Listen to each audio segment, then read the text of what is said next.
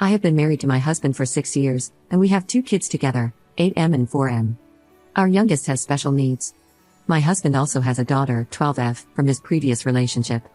His ex has had primary custody, and my husband gets his daughter on weekends and alternating holidays and birthdays. This past weekend, my stepdaughter asked my husband if she could come live with him full-time.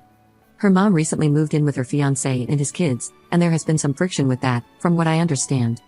Nothing nefarious, just a new house, new rules, having to share a bedroom, etc. My husband didn't give her an answer either way, he just said he would look into it. When he and I were discussing it, I had the following objections. My stepdaughter and our kids do not get along. It is something we have worked on for years, in and out of therapy, and it just isn't happening. My stepdaughter resents mine for existing and is cruel toward my youngest because of their special needs. There have been issues with her bullying, and my oldest is very protective of his little brother and hates my stepdaughter for being mean to him. He has started physical altercations with her over it. The truth is that most of the time we have my stepdaughter, I make arrangements to take the boys to visit their grandparents, or my husband takes her out for daddy-daughter time to avoid conflict. I cannot imagine how living together full-time would be for them. Also, we really don't have room. We have a 4-bedroom home, and both my husband and I work from home to be caregivers for our youngest. Due to the nature of his problems, it is not feasible for him and my oldest to share a room. It wouldn't be safe or fair for my oldest. My stepdaughter's room is used as my office space during the week. I arrange my vacation time around her visits so I can stay out of her space while she is here. I have to take very sensitive phone calls and need a closed door when I work, so common areas are not an option, and my husband uses our bedroom as his office, so that's out too. We don't currently have room in the budget to make an addition to the house or remodel non-livable spaces. My husband hears my objections and understands them, but he wants to go for it and figures that everything will eventually work out. He doesn't want his daughter to think he is abandoning her. I feel for the girl. It would be truly awful for your dad to say no when you ask if you can live with him. But I have my own kids to think about, and I do not believe that her living here is in their best interest at all, considering their history and our current living arrangements. Does saying no to this put me in evil stepmom territory? Edit. For those who want to label me a horrible homewrecker and an evil stepmom, sorry to disappoint, but we did not have an affair. My husband and my stepdaughter's mom were never married or in a relationship. They were friends with benefits, bartending together, chatting, and sometimes getting drunk and sleeping together. My husband claims he needed booze goggles because she wasn't his type. When my stepdaughter's mom found out she was pregnant, she told my husband she was keeping the baby and asked if he wanted to be involved. They never lived together, except for a few weeks during the newborn stage to help out. Yes, I had my first child before marrying my husband. We were in a long-term relationship when I had a birth control malfunction. We discussed our options and decided to raise the child. A few days later, my husband proposed. I wanted time to recover from birth and wait until our child was old enough to stay with the grandparents for a week so we could enjoy our wedding. We didn't get married until my oldest was 2. Regarding my youngest son's disabilities, my stepdaughter's bullying, and my oldest's fighting, there has been a lot of projection and speculation. My youngest son has both physical and mental difficulties. He uses multiple kinds of medical and therapy equipment. My stepdaughter has shoved him out of his wheelchair, pinched him hard enough to leave bruises, and hit his face when he was having trouble verbalizing. I don't care if this is normal sibling behavior. It is alarming enough to me that I feel it is best for my youngest to spend as little time as possible with her until this behavior completely stops. I will say it has lessened quite a bit. We went through a period where it happened frequently, and it has slowed. The last incident was 2 months ago when my stepdaughter grabbed my son's wheelchair and aggressively pushed him out of her way because he was blocking the hallway.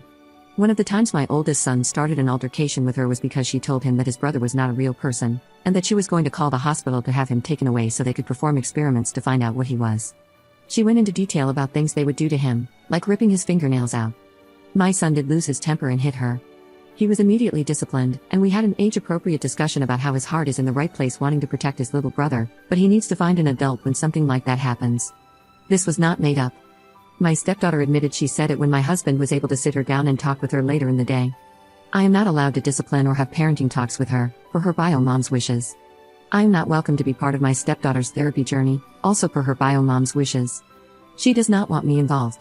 My husband has always been worried about rocking the boat with her bio mom on these things, so I do not know the extent of her therapeutic treatments.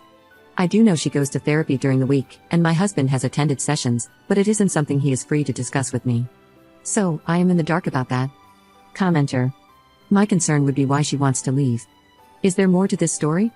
If she wants to leave because of abuse or neglect, then while her moving in may not be a permanent solution, doing nothing would make you the problem. That being said, if she wants to leave for something minor, like not being allowed to stay up late on a weekend, then the biological parents need to have a sit down and sort it out. Ops response. She is upset that she has to share a room with her soon-to-be stepsister, who is moving out in the fall and just needs it for weekends, home, and holiday breaks. Bio mom and her partner decided that all kids will follow the same set of rules in their household, so she has new limitations on screen time and more household responsibilities. Nothing nefarious like abuse or neglect. Update 1. So last week, my husband and I sat down together and talked about my stepdaughter coming to live with us full-time and how that would work out. It was a difficult discussion because, as some Redditors had suggested, I really pushed hard for him to think things through and figure out the obstacles. Where would he and I work? Common areas are out due to the nature of our jobs. I can't because of employer restrictions, and he does some adult things in his work that we don't want the kids to see. How are we going to handle the animosity and bullying between the kids? What consequences would be in place? We talked about what expectations would be for my stepdaughter living here full-time versus just weekends, about how she probably has unrealistic expectations about what the nitty-gritty of life here is like. We talked through every possibility we could come up with, including out there possibilities like selling our home or separating our household and living apart for a while. We ran numbers to see how it might affect our finances. Ultimately, we agreed that the answer was not yet, with a goal for our family to work towards it. We decided that the best course of action would be to slowly adjust the amount of time she spends in our home versus a sudden custody switch. So, on Friday night, my husband took my stepdaughter out to talk to her about everything. He explained to her that she wouldn't have her own room at our place for a couple of years, but that is something at the top of the list for home improvements once our youngest handicap accessibility renovations are paid off. He talked to her about what expectations of living with us would be like, that she would have chores and responsibilities. Most importantly, they talked about the bullying and laid down the provision that we needed to see her relationship and attitude towards her brothers improve before she can live here full-time. My stepdaughter obviously wasn't thrilled about any of this, but she said okay and that she would do better with her brothers. So, on Saturday, I made arrangements for my parents to watch our sons, and we invited my stepdaughter's mom over so we could all sit down and figure out how my stepdaughter can start to spend more time here. That's when it all fell apart. Her mom is most definitely not okay with a change in custody at all. Absolutely not was her answer. She took my stepdaughter home early on Saturday. My husband tried to reach out to my stepdaughter on Sunday to see how she was, and to ask if she wanted to do their guitar lesson over Skype or something since her mom took her home early, but she never responded. He called her mom, and she informed him that my stepdaughter had lost her phone privileges. We don't really know what is going on with all that. Edit. It turns out she threw her phone at her mom's face, hitting her and cracking the screen. Her mom isn't giving it back until my stepdaughter has paid off the deductible. We do have alternative forms of contact with her at this time. Also, no, my stepdaughter's mom didn't come to us first about the custody change. My stepdaughter asked the weekend before last if she could live with us because she and her mom recently moved in with her mom's partner. My husband told her that we would need to discuss it and figure out if it was a possibility. We didn't talk to her mom until we knew what our answer was. As soon as her mom found out my stepdaughter wanted to spend more time with us, she shut it down immediately. I know a lot of people have been speculating that my stepdaughter may be abused, and I understand the concern, as it can happen to anyone. However, I don't have any reason to believe that is happening here. And for those curious, my husband does video editing for various clients, including those in the adult film industry. They send him raw footage, and he creates saleable videos and teaser trailers for them.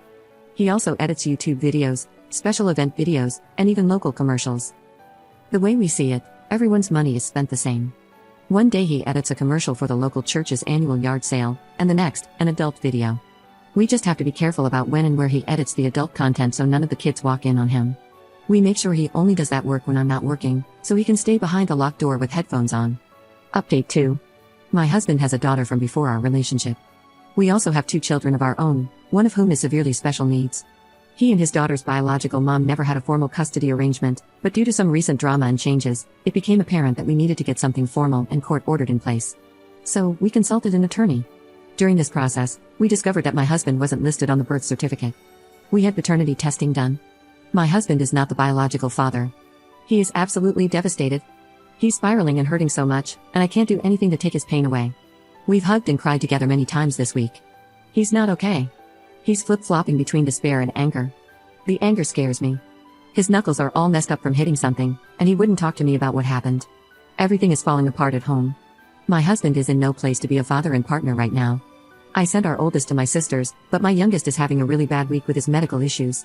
I think he picks up on the stress and mood of the house. We had to go to the ER last night due to increased seizure activity. When I came home, my husband was drunk. He became belligerent and demanded I have our sons tested too. He didn't even ask how our son was doing. I was so pissed off but held my tongue and walked out of the room.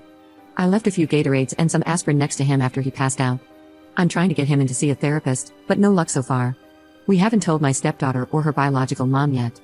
We've already skipped one of our regularly scheduled visitations with her, and another is coming up soon. So, that needs to be dealt with ASAP. I just don't know what to do. I'm so afraid right now. I don't know how much longer I can hold things together. I want off this ride.